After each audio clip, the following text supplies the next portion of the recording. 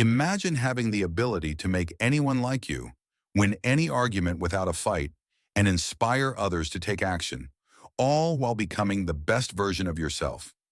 Sounds impossible? Not if you've read How to Win Friends and Influence People by Dale Carnegie. Let's dive into the timeless principles that can change your life forever. Let's begin with part one. Fundamental techniques in handling people. Three simple yet powerful lessons that can transform the way you interact with others. Chapter one. If you want to gather honey, don't kick over the beehive. Have you ever tried to win someone over by pointing out their flaws? It rarely works. Carnegie says, any fool can criticize, condemn, and complain, and most fools do. Instead, he teaches us the golden rule. Don't criticize, condemn, or complain. Criticism often puts people on the defensive, damaging relationships. So what should you do? Focus on understanding, not attacking. The next time someone makes a mistake, resist the urge to judge. Instead, ask, how can I help? This shift in mindset creates trust and openness. Chapter 2. The Big Secret of Dealing with People. Carnegie reveals the deepest principle in human nature is the craving to be appreciated. The key? Give honest and sincere appreciation. Think about it. When was the last time someone genuinely appreciated you? Didn't it feel amazing? Flattery won't cut it. Be specific and authentic. For example, instead of saying, good job, try, I admire how thoroughly you prepared for this project. It made a real difference. Watch how people light up when they feel seen and valued. Chapter 3. He who can do this has the whole world with him. He who cannot walks a lonely way. Here's the secret to influence, arouse in the other person an eager want. Carnegie shares, the only way to influence people is to talk about what they want and show them how to get it. Instead of pushing your agenda, focus on their needs. Let's say you're leading a team. Instead of saying, I need you to finish this task, frame it as, completing this task will showcase your skills and lead to new opportunities. This subtle shift transforms how people respond to you, making collaboration effortless. These three principles are deceptively simple, but profoundly effective. Master them, and you'll see your relationships flourish and your ability to influence skyrocket. Let's move on to part 2, 6 ways to make people like you. Before that, if you are liking the video, please make sure to subscribe and hit the like button. Thank you. Let's move on to part 2, 6 ways to make people like you. Simple habits that can make you magnetic in any social situation. Chapter 1. Do this and you'll be welcome anywhere. Here's the ultimate secret to likability. Become genuinely interested in other people. Carnegie says, you can make more friends in 2 months by becoming interested in other people than in 2 years by trying to get other people interested in you. People love to talk about themselves, so ask thoughtful questions and show sincere curiosity. For instance, instead of talking about your weekend, ask, what's the best thing that happened to you this week? Genuine interest builds connections that last. Chapter 2. A simple way to make a good first impression. Want to leave a lasting impression? Smile. Carnegie writes, actions speak louder than words, and a smile says, I like you. You make me happy. I am glad to see you. A smile is contagious.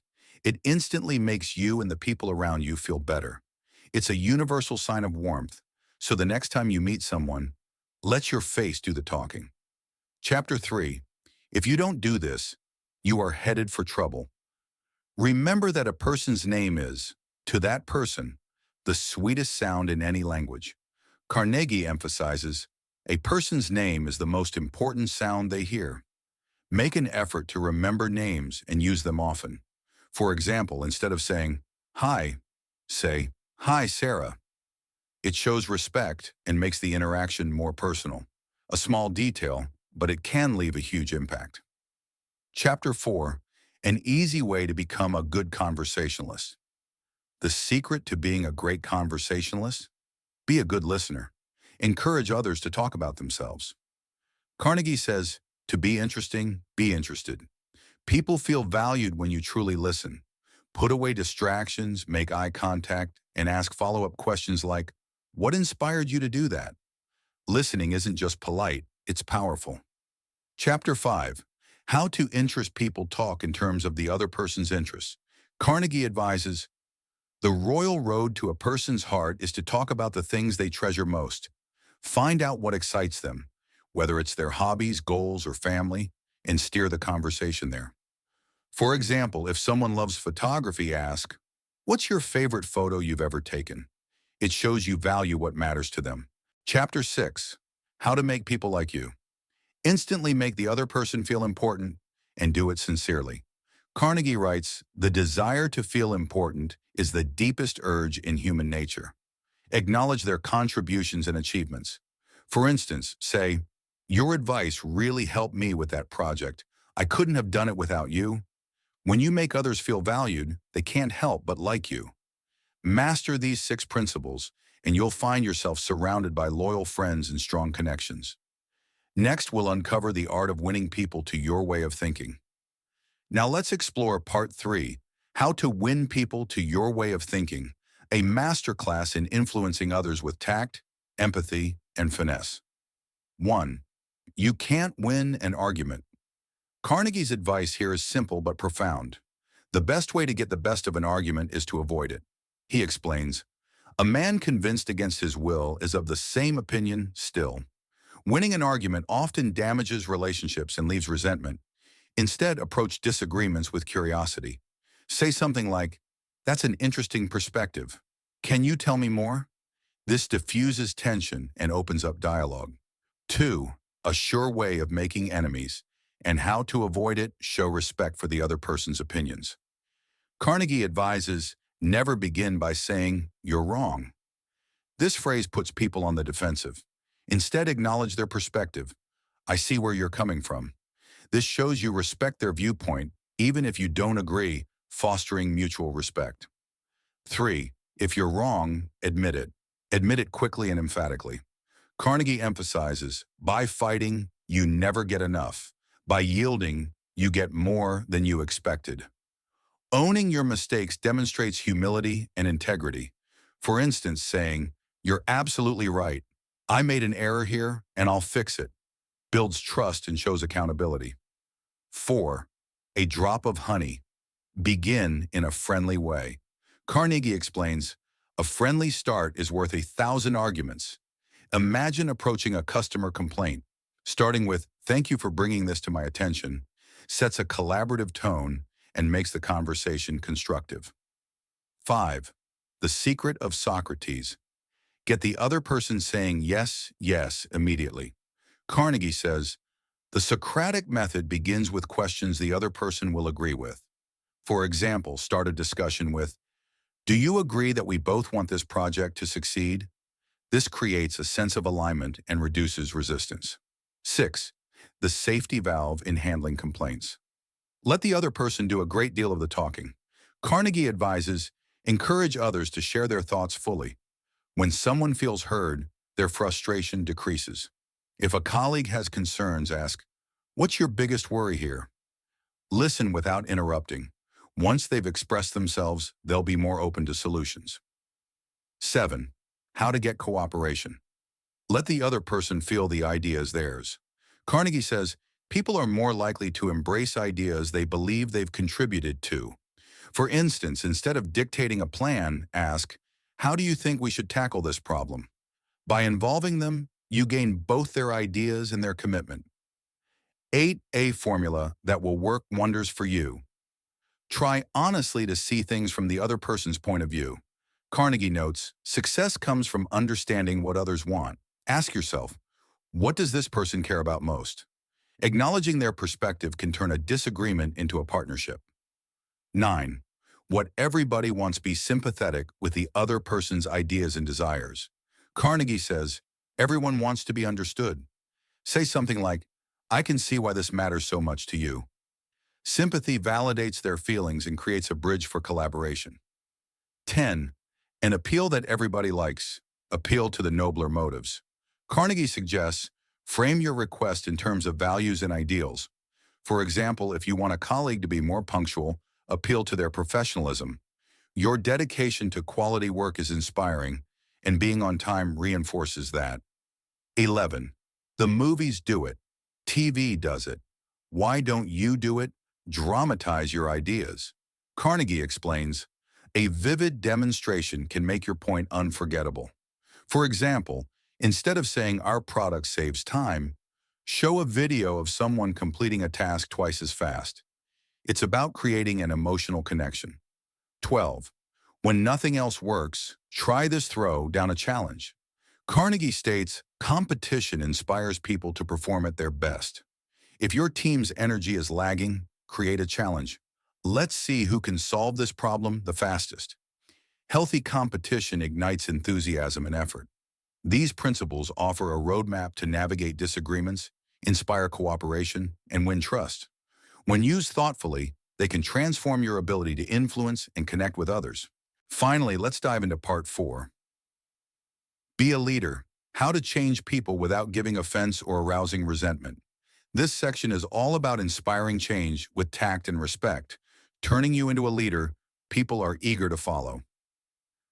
1. If you must find fault, this is the way to begin. Start with praise and honest appreciation. Carnegie writes, beginning with praise is like a dentist who begins work with Novocaine. It numbs the pain. If you need to critique someone's work, open with something positive. Your report was well researched and it provided a lot of valuable insights. One small thing to improve is, this softens the impact of criticism and makes it more constructive. 2. How to criticize and not be hated for it. Call attention to people's mistakes indirectly. Carnegie advises, talk about your own mistakes before criticizing others. For example, instead of saying, you did this wrong, say, I've made a similar mistake in the past, and here's how I fixed it. This creates a sense of camaraderie and makes feedback easier to accept. 3. Talk about your own mistakes. First, before criticizing others, mention your own errors. Carnegie says, admitting one's own mistakes, even when one hasn't corrected them, can help convince someone to change. For instance, if a colleague missed a deadline, you might say, I've struggled with deadlines myself, and I found that setting smaller milestones helped me stay on track. This makes your advice relatable and non-threatening. 4. No one likes to take orders. Ask questions instead of giving direct orders. Carnegie suggests people are more likely to accept a suggestion if they're involved in the process. Instead of saying, do this by tomorrow, ask, what do you think is the best way to complete this by tomorrow? Questions engage the other person's autonomy and encourage cooperation. 5. Let the other person save face. Help others retain their dignity. Carnegie emphasizes, never belittle someone or make them feel small. It's humiliating and counterproductive. If someone makes a mistake, avoid calling them out publicly. Instead, have a private conversation and frame it as an opportunity for growth. Preserving dignity builds trust and respect. 6. How to spur people onto success. Praise every improvement, no matter how small. Carnegie writes, abilities wither under criticism, they blossom under encouragement. If someone is learning a new skill, acknowledge their efforts. You've made great progress on this. It's noticeable. Small wins motivate people to keep improving. 7. Give a dog a good name. Give people a fine reputation to live up to. Carnegie explains, if you want to improve someone, act as though they are already excellent at what they do. For example, say, you've always been so reliable. I know you'll handle this well. This creates a positive identity they'll strive to uphold. 8. Make the fault seem easy to correct. Encourage the other person by making their problems seem manageable. Carnegie advises, frame the issue as something achievable. Instead of saying, this is a big problem, try, this is something we can fix quickly with a few tweaks. Optimism inspires confidence and action. 9. Making people glad to do what you want. Make the other person happy about doing what you suggest. Carnegie says, frame your request in a way that benefits them.